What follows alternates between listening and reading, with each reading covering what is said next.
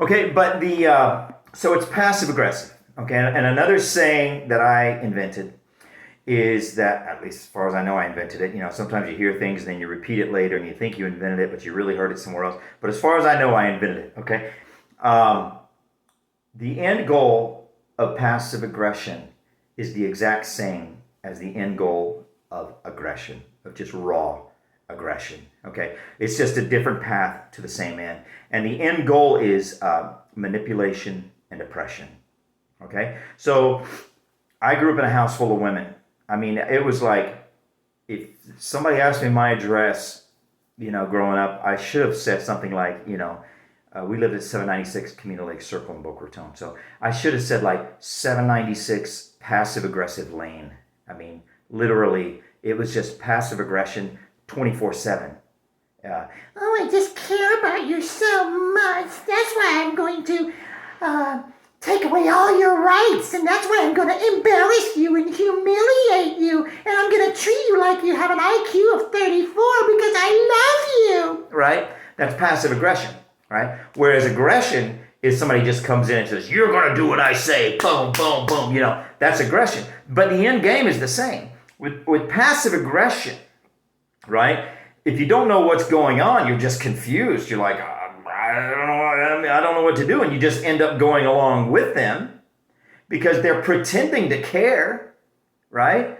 And you can't be mean to people who are just trying to take care of you. At least you don't think you can, right? But when you realize that passive aggression it has the same end goal of raw aggression, then you sort of can be aggressive, but you got to be careful. If you're in a social setting, then it can look really inappropriate, because when I give you a theatrical representation of what passive aggression is, it's theatrical. It's obvious. Like, they don't actually go, oh, wear your mask. Oh, I just care about you. I just want you to be safe. Woo, woo, woo, woo. When I do that, they don't actually do that, right? When people are being passive aggressive, they're being extraordinarily sneaky. Like, you literally can't tell most of the time. You literally can't tell. It's like, do they really care, or are they just manipulating me? It's hard to tell. It's very hard to tell. And sometimes you kind of have to go out on a limb. You just have to kind of guess. It's like, are you being sincere? Because I feel insulted. I feel insulted, but you're acting like you care. So I don't want to be rude to you because maybe you sincerely trying to care and you're just making an honest mistake. So it's very, in a social setting, it's a very confusing, complicated, tricky situation to deal with. Now, if you can respond passive aggressively, okay, and short circuit or shut them down passive aggressively, that's the ultimate thing. That's the ultimate response. But it's hard. It's hard because I don't think they consciously work on it together, but they collectively work on it together. Or it comes down from like I said, the foundations, and they have teams of mass psychologists and people that are experts on this stuff. It's like, so what kind of narrative can we put out there that our people downstream from us, our political devotees, will mimic, and us, because that's what they do, and will have the effect that we want it to have, and see that when the political devotees mimic their upline, they get the thrill of the power, right? Even if they don't really even understand what they're doing, they still get the thrill of the power, because that's what passive aggression is. That's what aggression is. It's power, right? So they get it, and that's why, like I said, I grew up in a house full of women. That's why they did it, because power is thrilling. Power is more addictive, from what I've heard, than money or sex. Like, it's the ultimate aphrodisiac, or the ultimate addiction. So even if you don't really understand what you're doing, it's like well, who cares about a metaphor? I mean, it's clear enough without a metaphor, right? The thrill of the power is there, even if you don't understand what you're doing. Like if you're just mimicking your political upline, whoever you're devoted to or committed to, or whatever ideology you're committed to, right? So they get the thrill of that power, and that's why they do it, and that's why they sort of glom together and all start saying the exact same things, using the exact same words, using the exact same inflections of voice, in the exact same settings, in a very like how do you say, formulated, cliched fashion, because eventually somebody figures out what the most effective way to say, what needs to be said in the most effective inflection of voice and setting and context, and then everybody makes observations, and they start saying it the same way because it gives the maximum power trip, right? Because like I said, if you're passive aggression gives you the ability to shut people up. People get confused and like, I don't understand. That's power, right? If you can confuse somebody and cause them to step back and be disoriented and be off balance psychologically and emotionally, that's power, okay? And it's a thrill. So they all start doing it together, right? So that's why everybody's like, wear your mask. and that's why everybody's acting like your grandmother. Wear your mask and be careful and just care about you. Look how wonderful I am. I'm such a loving person. That's why I want you to wear a mask. Ooh. I call it the Edith Bunker and the George Costanza's mother's voice. It's like whenever somebody tells you to wear a mask, it's like, are you kidding me right now? It's like, you think I haven't heard this on the news? You think I haven't heard this at work? You think I haven't heard this at every store I go to? You think I haven't seen this in every bill that I get in the mail? You think as an insert? You think I haven't seen this on every website that I go to? See what I mean by it's Orwellian. That's what Orwellian is. Or Aldous Huxley in Brave New World. It's the same exact thing.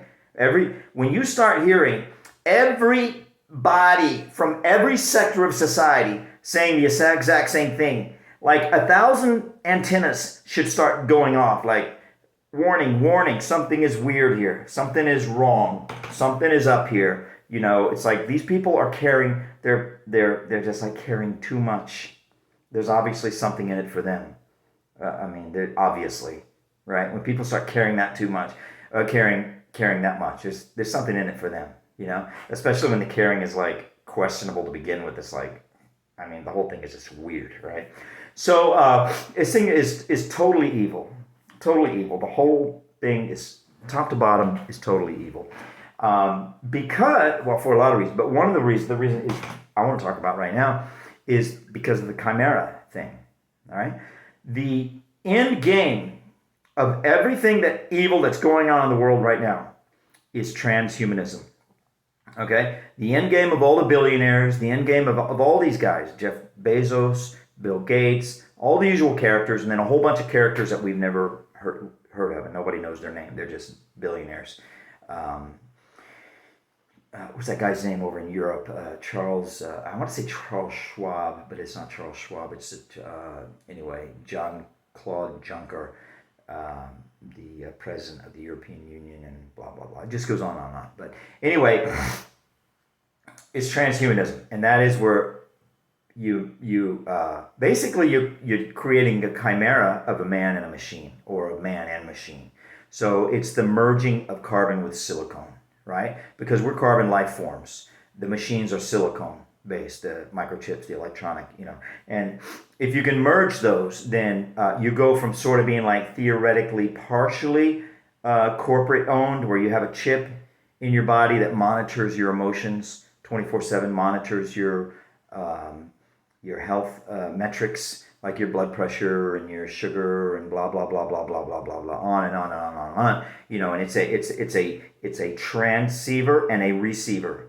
So everything that can I think it's called transceiver. Everything that can what's the word here?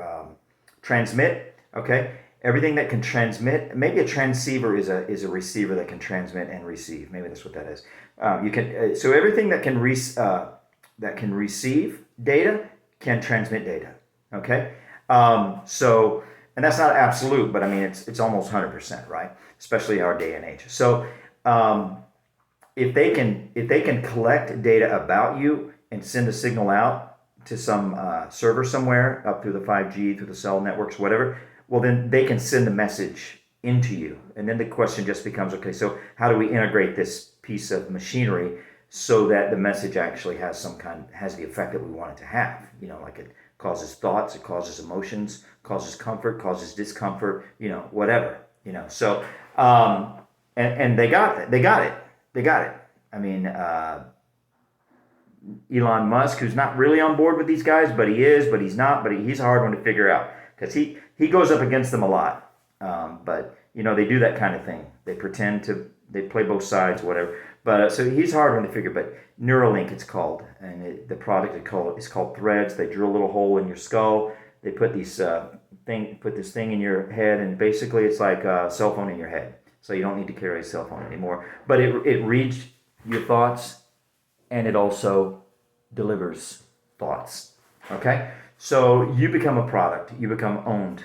You know, no longer are we the children of God. Now we're a node we're like an end node in a way in the Internet of Things. And why I say we're like an end node kind of. We're not exactly an end node. We're actually more like a router in a network system. So we receive signals and then we transmit signals in the normal human fashion, you know, through body language and the spoken word and post and stuff like that, you know. So, all right. So that chimera, man-machine chimera, is the end game. Okay. So, but it starts with the gender chimeras, you know, with the men who are artificially programmed through social programs, social engineering, and social pressure, and to act like women, to think like women, to engage in passive-aggressive behavior as opposed to frank, clear, direct, honest, transparent communication, right? To engage in passive-aggressive behavior and passive-aggressive methodologies of manipulation and control. And other ways, obviously. I mean, there's men acting like women in the most extreme way you can imagine, right? So, there's men going into women's sports, like racing, you know, running, and I mean, they're just crushing the women, and the women are like, we can't compete against these guys. They're bigger, they're stronger. I mean, you know, so it's a gender chimera thing, okay? So then there's the gender chimeras, and then there's the biologic chimeras, which are, you know, like they have the silly examples are like the kitty cats in Japan that glow in the dark. You know, they genetically merge kitty cats with like bioluminescent jellyfish and bioluminescent algae from the oceans and from the lakes and stuff like that. So now the kitty cats and the monkeys and the stuff, they glow in the dark. But that's just them playing around. That's just them, you know, putting out little hints as to what they're doing. The real thing that they want to do is the actual chimeras. And this goes back to the Egyptians with all the hieroglyphs of the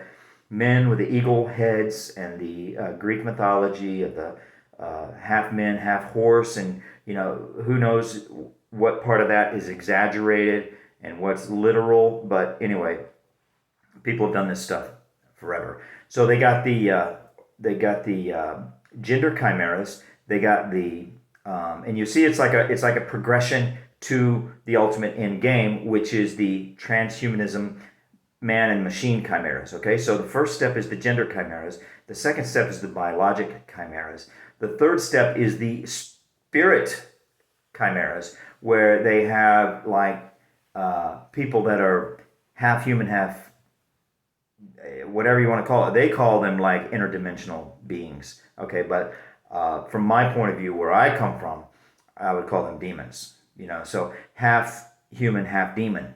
All right, or part of each. It doesn't have to be half and half. It could be like 98-2 or 80-20 or whatever.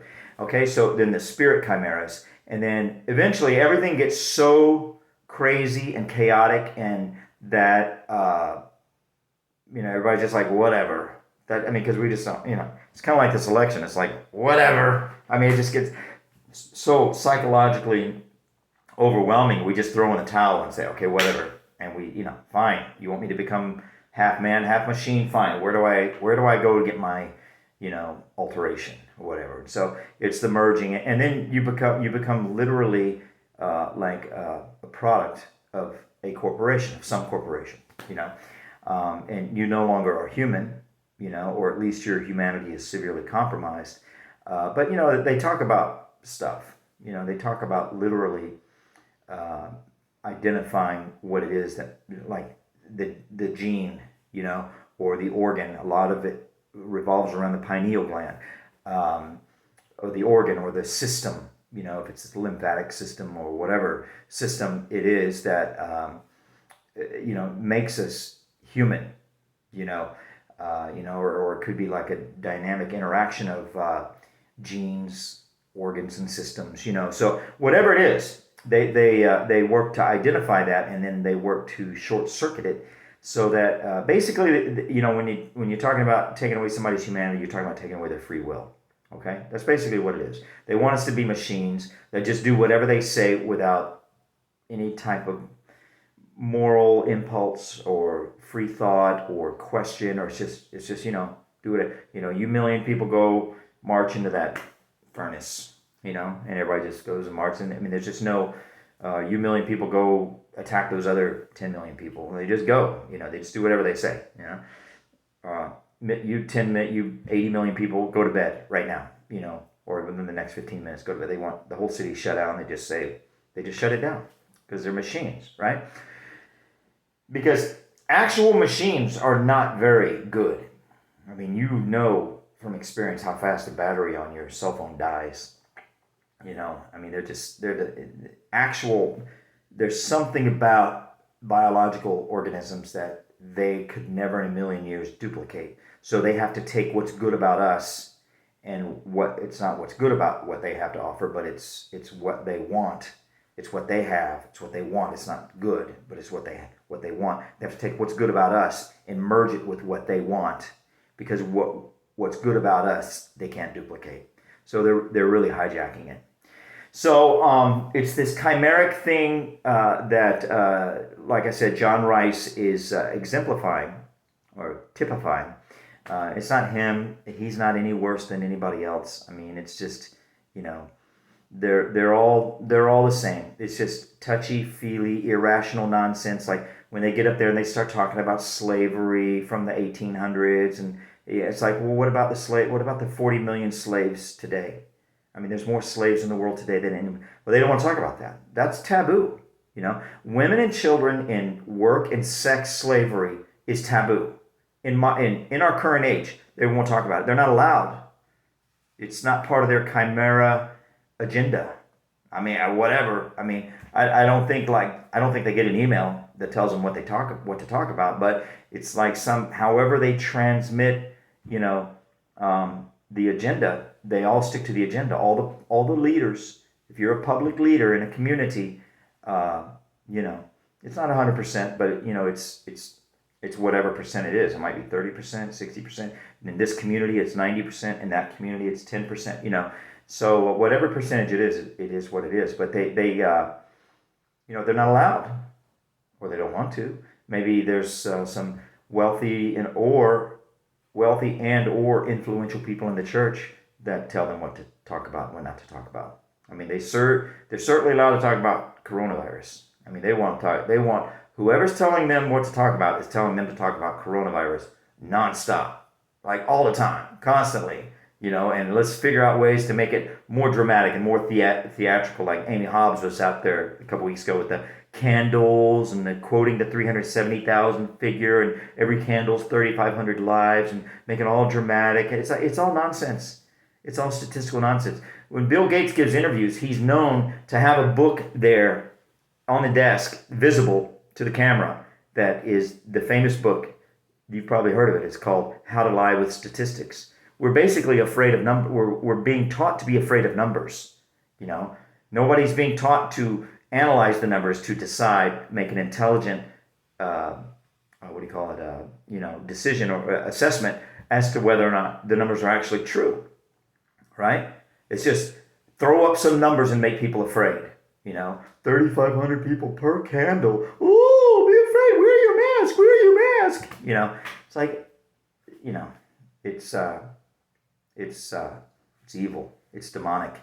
When you start going everywhere, when you go places, the stores, websites, pieces of mail, the news, commercials, billboards, public service announcements, church, school. I mean, they're all talking about the same thing, unless there's like a literal, actual war, not a fake war, because you got to remember in George Orwell's book 1984, they had fake wars continually, on an ongoing basis. It was constant war in that book.